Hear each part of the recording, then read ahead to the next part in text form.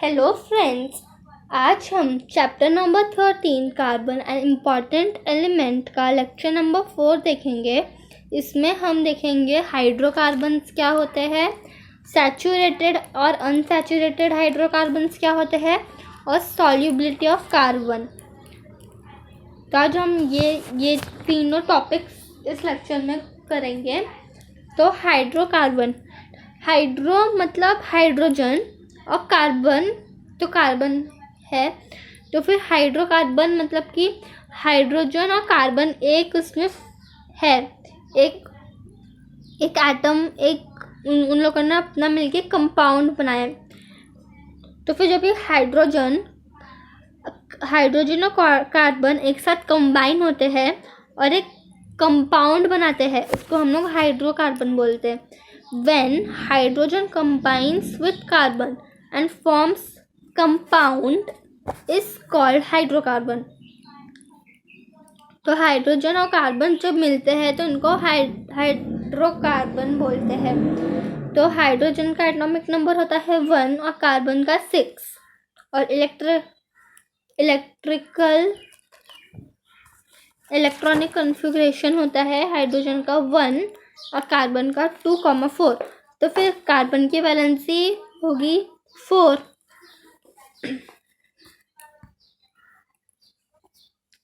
और हाइड्रोजन का electronic configuration 1 होता है। तो फिर जब भी उसमें मतलब कि ऐसा कि एक कार्बन है तो 4 एटम से वो सराउंड हो सकता है, 4 हाइड्रोजन एटम से वो सराउंड हो सकता है। इसका कुछ स्ट्रक्चरल फॉर्मूला ऐसा होगा, यहाँ पे ऐसा दिया हुआ है, ये है स्ट्रक्चरल फॉर्मूला। तो फिर इसमें ये जो होते हैं वो कोवैलेंट बॉन्ड से बनते हैं, इसलिए इनको कोवैलेंट कंपाउंड भी बोलते हैं। तो हम लोग अभी कुछ प्रॉपर्टीज़ देखेंगे कोवैलेंट कंपाउंड की। एक फर्स्ट होती है low melting point and boiling point, मतलब इसका लो मेल्टिंग पॉइंट होता है और बॉइलिंग पॉइंट भी लो होता है। ये है इनसॉल्युबल इन वाटर, मतलब कि ये वाटर में घुलेगा नहीं। और ये पुअर कंडक्टर्स होते हैं हीट और इलेक्ट्रिसिटी के, poor conductors of heat and electricity.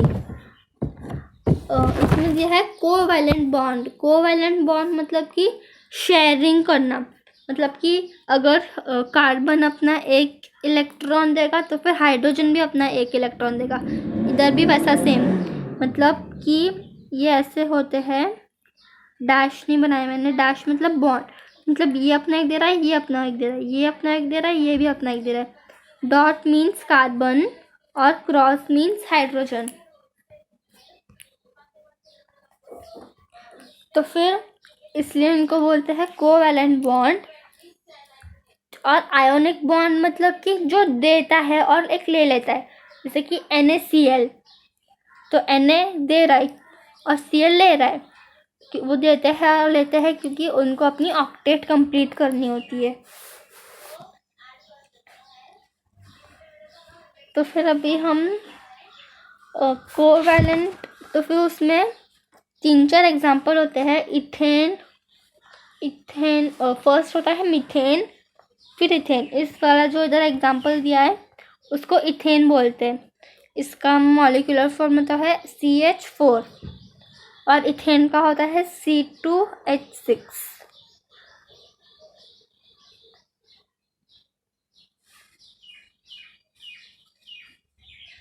ये उसका स्ट्रक्चरल फॉर्मूला होता है। ये होता है इथेन को C2 क्योंकि इसमें 2 कार्बन के कंपाउंड है और 6 हाइड्रोजन के 2 कार्बन के इलेक्ट्रॉन है और 6 इसके 6 1 2 3 4 3 इस तरफ 3 इस तरफ, तो फिर H6, इसलिए इसको हम लोग C2H6 लिखते हैं और ये इथेन होता है। और ऐसे ही अलग अलग होते हैं। तो फिर ये एक सिंगल बॉन्ड से जुड़े होते हैं। तो कोवैलेंट एक स्ट्रॉन्गेस्ट बॉन्ड होता है। तो ये हाइड्रोकार्बन थे। अभी हम देखेंगे सैचुरेटेड और अनसैचुरेटेड हाइड्रोकार्बन।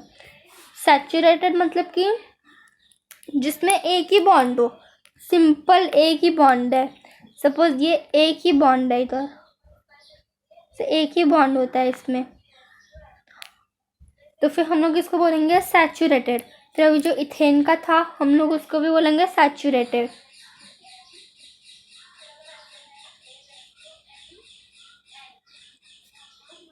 ये भी सैचुरेटेड है। इधर सब जगह पे एच आएगा। और इसको भी हम लोग सैचुरेटेड बोलेंगे। एच मतलब इनमें सिर्फ एक ही बॉन्ड होता है। ये ऐसे होगा। इसको हम लोग बोलेंगे, इसमें 3 है तो फिर हम इसको प्रोपेन बोलेंगे।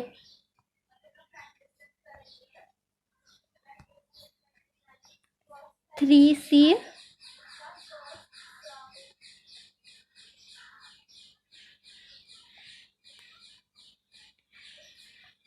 ये होता है प्रोपेन। तो इसमें सिर्फ एक सिंगल बॉन्ड है, ये एक सिंगल बॉन्ड है, तो हम लोग इसको सैचुरेटेड बोलेंगे। जब भी सिंगल बॉन्ड होता है तो हम उसको सैचुरेटेड हाइड्रोकार्बन बोलते हैं। जिसमें सिंगल बॉन्ड होता है वो सैचुरेटेड हाइड्रोकार्बन होता है। और the hydrocarbons having only single bonds between carbon atoms are called saturated hydrocarbons. तो सैचुरेटेड हाइड्रोकार्बन्स में मीथेन भी आएगा और अनसैचुरेटेड हाइड्रोकार्बन्स में मीथेन नहीं आएगा, क्योंकि अनसैचुरेटेड हाइड्रोकार्बन में 2 बॉन्ड होंगे, तो फिर 2 कार्बन भी होंगे, तो फिर मीथेन का CH4 होता है, तो फिर मीथेन नहीं आएगा, ये C2 हो जाएगा।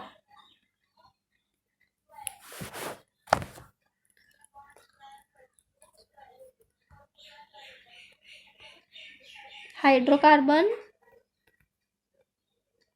एक चार्ट है, सैचुरेटेड, द अनसैचुरेटेड।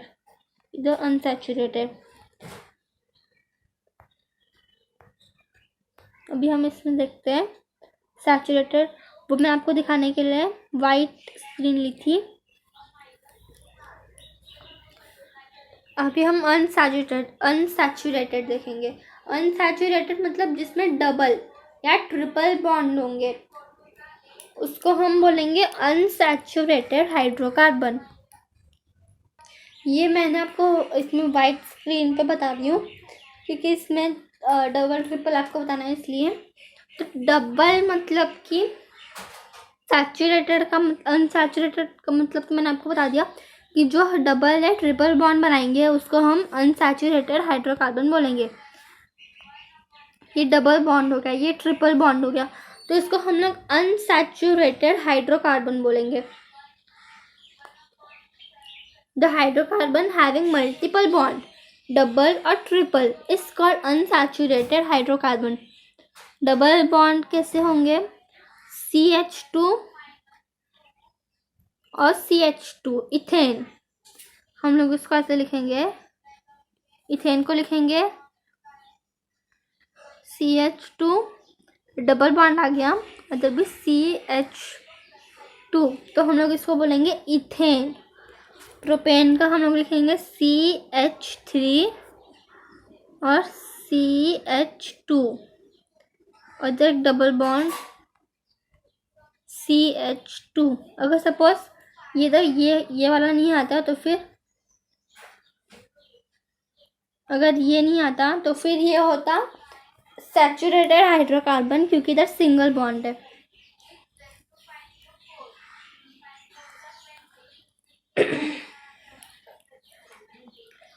और ट्रिपल बॉन्ड में इथेन और प्रोपेन होगा, CH ट्रिपल बॉन्ड CH, ये इथेन,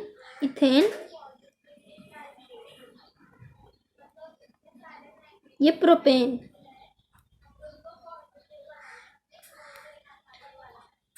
और इसको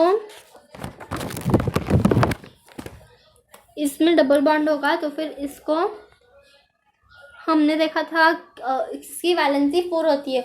और ऊपर जो फिगर 3.7 है उसमें भी है C, फिर डैश, ऊपर एक डैश, इधर ऐसे डैश करके H, तो फिर मतलब वो 4 हाइड्रोजन से सराउंडेड होता है, मीन्स 4 बॉन्ड होते हैं। तो फिर अगर हमने इसको ऐसे लिखा,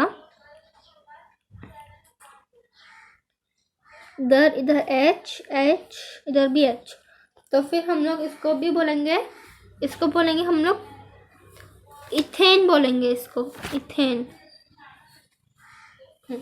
इसको हम लोग इथेन बोलेंगे क्योंकि इसमें ऐसे है 1 1 2 3 4, इधर 4 हो गए और फिर सेम इधर 1 2 3 4, तो फिर ये इथेन है।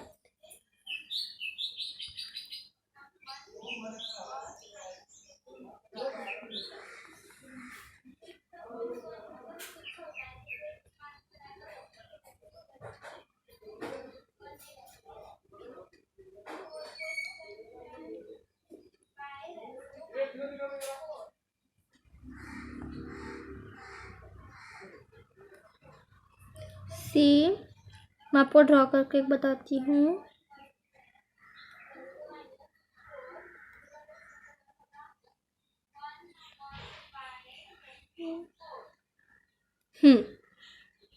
तो फिर ये है प्रोपेन, इसमें 1 2 3 4, 1 2 3 4, सेम इस तरफ 1 2 3, ये 4 इस तरफ, इसमें ऐसे बॉन्ड हो जाएगा और इसमें एक डबल बॉन्ड आएगा। अगर इसमें डबल बॉन्ड है तो फिर ये है अनसैचुरेटेड हाइड्रोकार्बन। इसमें आपको ऐसे दिखाया हुआ है प्रोपेन, इथेन अब प्रोपेन दिखाया है, ये सैचुरेटेड में। अनसैचुरेटेड में हम उसको बोलेंगे इथेन और प्रोपीन। और अगर 3 बॉन्ड्स होंगे तो फिर प्रोपाइन और इथाइन।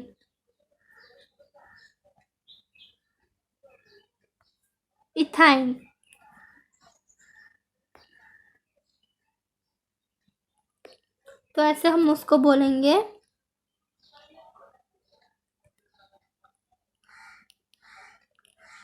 तो मैंने आपको बता दिया थर्ड 3 वाला कैसे होगा। अगर 3 वाला होगा तो फिर वो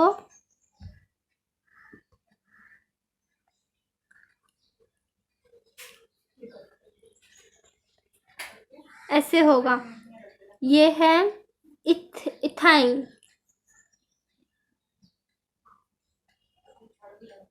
है ये, इधर ए नहीं आएगा, इथाइन 1 2 3 4, तो ये ऐसे इथाइन है। तो हमने देखा हाइड्रोकार्बन में, इसमें ड्राइंग नहीं दी है, बस ये एक ये है जो ये है वो है ये है मीथेन। कभी भी अनसैचुरेटेड में मीथेन नहीं आएगा।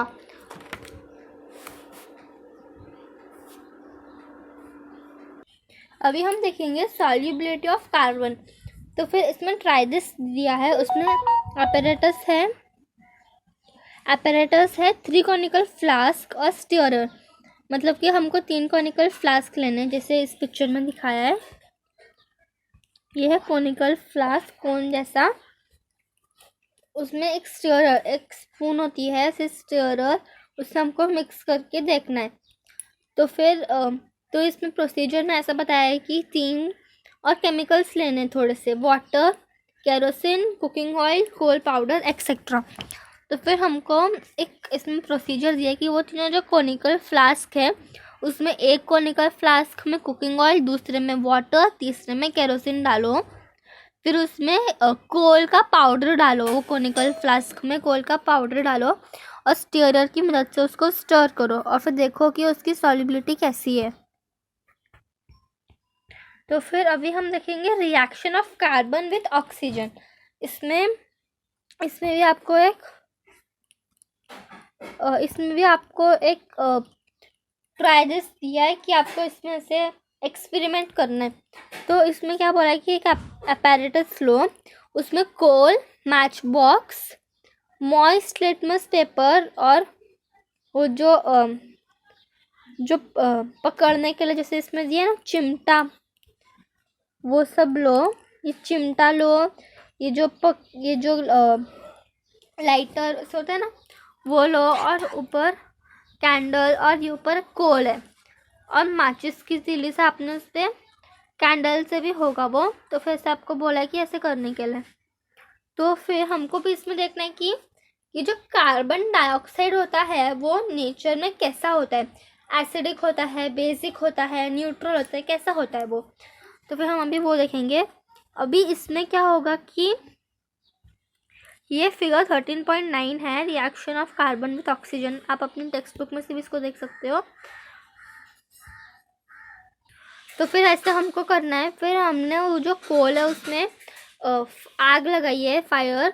तो फिर ये कोल आपको इसने बताया है। तो फिर अभी इसमें से अगर कहाँ पे आग लगती है तो उसमें से धुआं आता है। तो फिर एक तो कोल है, तो कोल में होता है कार्बन, तो कार्बन का धुआं, और एटमॉस्फेयर में होता है ऑक्सीजन। तो फिर जब भी कोल में से कार्बन बाहर आएगा और एटमॉस्फेयर का ऑक्सीजन उसमें मिक्स होगा तो वो बनेगा CO2, मतलब कार्बन डाइऑक्साइड। तो फिर जब भी कार्बन प्लस कार्बन डाइऑक्साइड होता है तो आप देख सकते हो कि जो मॉइस्ट ब्लू लिटमस पेपर है, हमने मॉइस्ट लिटमस पेपर इसलिए लिया है क्योंकि वो एक गैस है, और लिटमस पेपर हमेशा किसी लिक्विड में डालते हैं तो ये वो कलर अपना चेंज करता है। तो फिर ये गैस है, तो फिर अगर हमने मॉइस्ट लिटमस पेपर नहीं लिया तो फिर ये अपना कलर चेंज नहीं करेगा। थोड़ा कुछ कर सकता है पर जैसे इसने बताया है वैसा चेंज नहीं करेगा। तो फिर मॉइस्ट ब्लू लिटमस पेपर हमको लेना है। तो फिर उसमें वो ना थोड़ा सा नहीं, फुल रेड लिटमस हो जाएगा, पूरा रेड कलर हो जाएगा। तो फिर ब्लू से रेड लिटमस पेपर, तो फिर तो ब्लू से रेड। तो हमको इससे पता लगता है कि वो जो CO2 गैस है वो एसिडिक इन नेचर है। तो हमको इससे ये कंक्लूजन पता लगा कि जो CO2 होता है वो एसिडिक इन नेचर होता है। अभी हम यहाँ पे एक और देखेंगे, reaction of lime water with CO2। अभी हमने reaction of carbon with oxygen देखा था, अभी हम देखेंगे reaction of lime water with CO2। तो इसमें भी apparatus बोला है कि टेस्ट ट्यूब लो, स्ट्रॉ, लाइम वाटर एक्सेट्रा, मतलब और आपको जो भी चाहिए।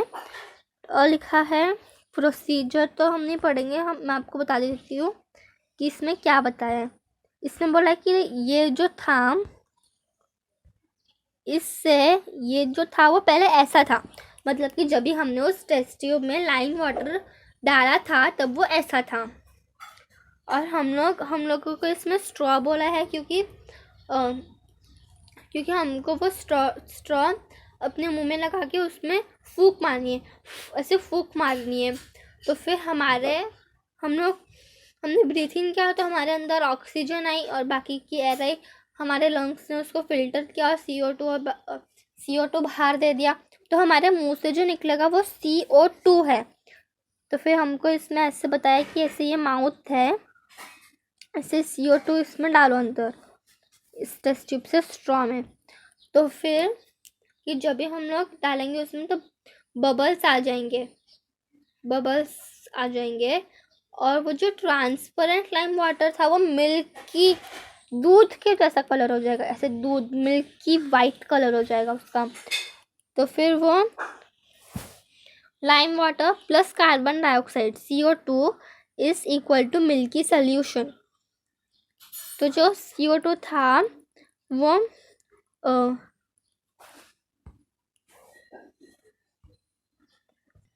तो फिर अभी हम लोग एक और टॉपिक ले लेते हैं, वो छोटा सा, ये कार्बन डाइऑक्साइड। उसमें कार्बन डाइऑक्साइड की प्रॉपर्टीज़ है, प्रिपरेशन ऑफ कार्बन डाइऑक्साइड और chemical properties of carbon dioxide. ये छोटा सा एक पार्ट बचा है वो ले लेते हैं, फिर हम लोग इस लेक्चर को स्टॉप करेंगे और नेक्स्ट में हम लोग देखेंगे कि फायर एक्सटिंग्विशर क्या होता है। तो फिर अभी हम लोग कार्बन डाइऑक्साइड की प्रॉपर्टीज देखेंगे। तो वो एक कार्बन का एटॉमिक नंबर 6 होता है, वो सब हमने आगे पढ़ा था। और जो कार्बन का CO2 का मॉलिक्यूलर फॉर्मूला होता है वो होता है 44, क्योंकि उसमें C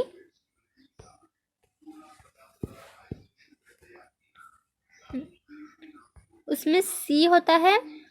तो C और C के साथ होता है, C से कार्बन, O2 ऑक्सीजन के 2 मॉलिक्यूल्स होते हैं, तो फिर O2, तो फिर ये दोनों जब मिलते हैं तो हमको CO2 मिलता है।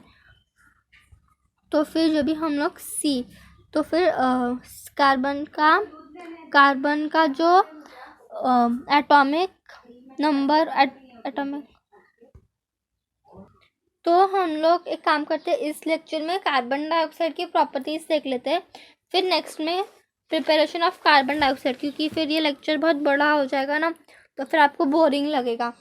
तो फिर अभी हम छोटा सा एक पार्ट और ले लेते हैं, फिर इसको स्टॉप करेंगे। तो हमने कार्बन डाइऑक्साइड की प्रॉपर्टीज हम डिस्कस कर रहे थे। तो मॉलिक्यूलर मास 44 होता है कार्बन डाइऑक्साइड का, क्योंकि उसमें 2 होते हैं, C और O2। तो फिर C का जब भी हम किसी का मॉलिक्यूलर मास ढूंढते हैं तो हमको उस एक एलिमेंट का एटॉमिक मास चाहिए होता है, ना ही कि एटॉमिक नंबर। कार्बन का एटॉमिक नंबर 6 होता है, पर हमको कार्बन का एटॉमिक मास चाहिए। तो कार्बन का एटॉमिक मास होता है 12 और ऑक्सीजन का 16। तो 12 प्लस 16 इंटू 2, 16 इंटू 2 करेंगे, क्योंकि ऑक्सीजन के 2 मॉलिक्यूल्स इसमें प्रेजेंट है, इसलिए हम लोग इसको इंटू 2 करेंगे।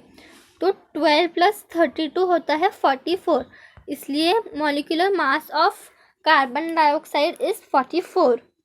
और जो कार्बन डाइऑक्साइड का जो मेल्टिंग पॉइंट होता है कार्बन का, वो होता है -56.6 डिग्री सेल्सियस, ये मेल्टिंग पॉइंट होता है उसका। और कार्बन डाइऑक्साइड हवा में फ्री स्टेट में आती है, इसमें टेक्स्ट है इधर। Carbon dioxide occurs in the air in free state to the extent of about 0.03%। मतलब कि जो कार्बन डाइऑक्साइड होती है वो हमारे एटमॉस्फेयर में 0.03% होती है। जो एक्सेल मतलब जो एनिमल्स ने एक्सेल की होती है, एनिमल्स में हम ह्यूमंस भी आते हैं, तो जो एनिमल्स जो एयर एक्सेल की होती है, excelled air contains about 4% of CO2। मतलब जो हम लोग जो सांस छोड़ते हैं उसमें 4% होता है CO2। CO2 is present as a salt in chalk and Shahabad tiles, marble, limestone. मतलब जो CO2 होता है वो सॉल्ट के इसमें प्रेजेंट होता है, चॉक में, शाहाबाद टाइल्स में, मार्बल में और लाइमस्टोन में। CO2 is given out in the combustion of wood and fossil fuel coal. जो CO2 होता है वो बाहर आता है कंबशन ऑफ वुड और जो फॉसिल फ्यूल जब हम जलाते हैं उसको तभी। तो हमने ये टॉपिक कंप्लीट कर लिया है। अभी नेक्स्ट लेक्चर में हम देखेंगे कि प्रिपरेशन ऑफ कार्बन डाइऑक्साइड, मतलब कि जो कार्बन डाइऑक्साइड होती है वो लैबोरेटरीज में कैसे बनती है। Thank you.